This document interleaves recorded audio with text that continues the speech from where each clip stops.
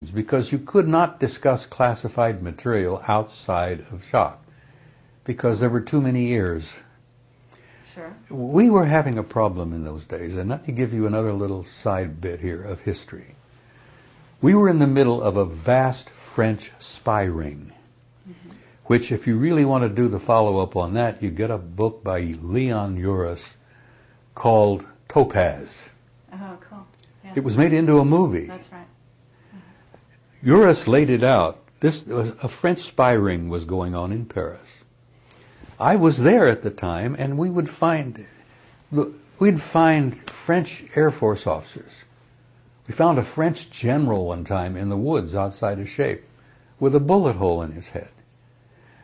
Guys were jumping out of apartments in Paris. It was a major scandal. De Gaulle was the president. Okay, but what was the objective of the spy ring? The spy ring was Soviet, to find out what we knew that they didn't know.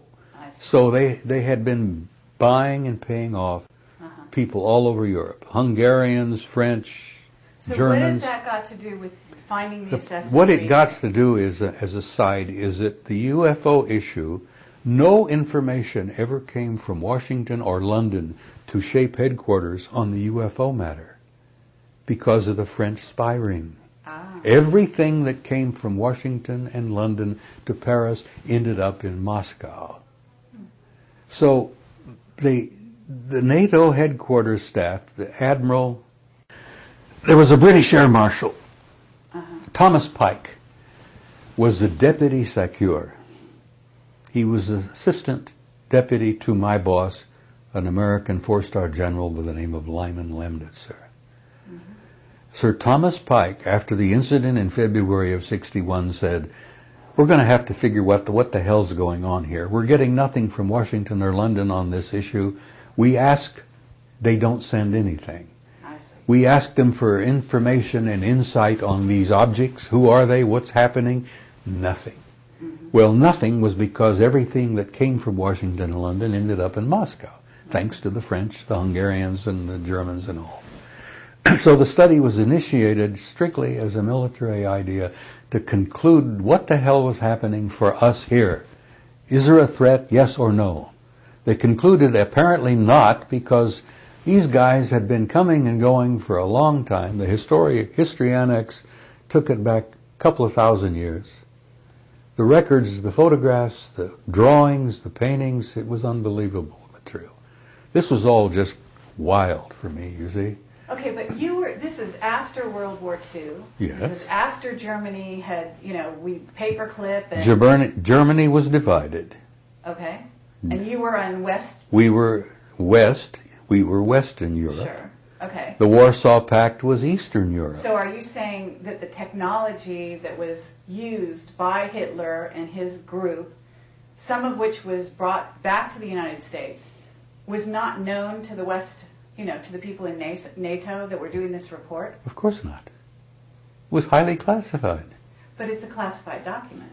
So you're saying there is classification. You have a classified document here, and then you have a classified document here, and the guys who wrote this one and have access to this one can't read that one because they don't have the need to know. Okay. Now the guys that have got this one and wrote it and read it and talk about it, they can't read this one because that's another separate classified document. This guy Pike, right? He's the guy in charge. Thomas Pike, Air Marshal Sir Thomas Pike, initiated the study in February of '61 and says, he had a need to know. I want to know what the hell's going on, and they started the study. He's in NATO. There's some kind of animosity, I don't know, to this day between NATO, right, and the U.S. and... Honey, you should have seen the animosity that existed in Shape headquarters itself. Okay. It was so bad that the Greeks and the Turks wouldn't even walk on the same side of the corridor. Cyprus was an issue back then, still is. So we had Greeks and Turks snarling and frowning at each other, and we had the French. Oh, excuse me, bless their hearts. The French were a pain in the butt from the very beginning. Why?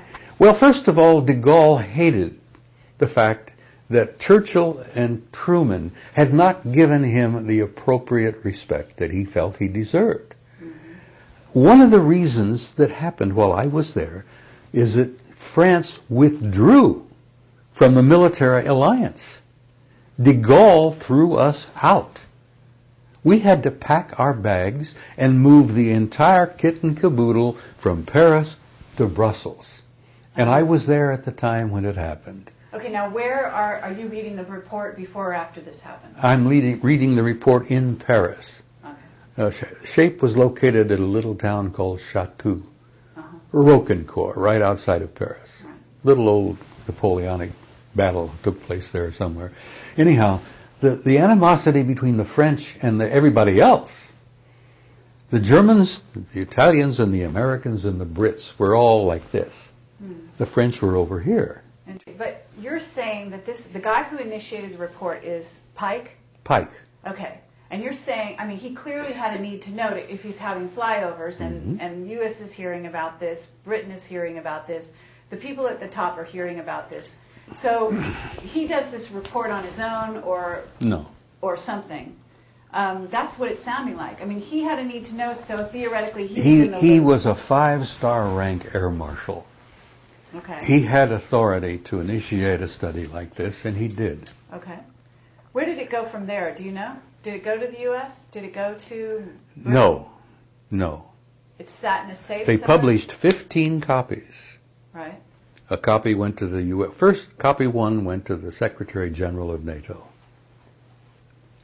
But you cannot imagine what an international headquarters is like. It's like a wasp's nest. As I said, the Greeks and the Turks were snarling at each other all the time. The French were always angry at everybody. Okay, so what are you saying? 15 copies? 15 copies were initiated. Copy went to the U.S., copy went to Italy, copy went to France, copy went to UK, and so on. 15 copies were out. One copy, I think the 14th or the 15th, came right there in the vault at Shock. Okay. Reading material for the controllers, the full colonels who ran the 24-hour-a-day war room. So you weren't the only one that read it? Oh, no. No, we had an American Air Force general by the name of Robert Lee. Robert Lee read the thing. Okay. I got to know his aide fairly well. It was a lieutenant colonel. And inside the war room, we were a select group. We all had the highest clearance possible. The enlisted men and the officers mingled closely. The enlisted men the senior enlisted men, most of us were top, E7s or E8s, and a couple of E9s. So we mingled closely, and it wasn't on a first-name basis. There was always respect for rank. But when you work in a war room like that, and you work closely together over the years, you get to know each other pretty well. General Lee's aide told me, he said, when the old man read that story, or read that report, the assessment, he says it hit him like a truck, hit him like a ton of bricks. He told me that the general threw his hat across the desk and he says, do you know what the hell this means? Everything we've got, everything we've done, everything we've had, doesn't mean a damn thing. The shock was pretty serious. Here you have a highly decorated World War II Air Force general who'd been all over the place. I think he flew B-29s in the Pacific. He said, well, if this is all true, if this is real, what we've got, our military, our Air Force, our bombs, our planes, doesn't mean a thing. The conclusions of the study, after 3 years, concluded that they had been coming here for a very long time, that they apparently had some involvement in the origins of our species. Big shock to traditional people, particularly Christians and Muslims people. It was interesting is that apparently there was not a threat involved. If they were hostile or aggressive, they would have been over a long time ago. Now, what was their purpose? Well, the study was not able to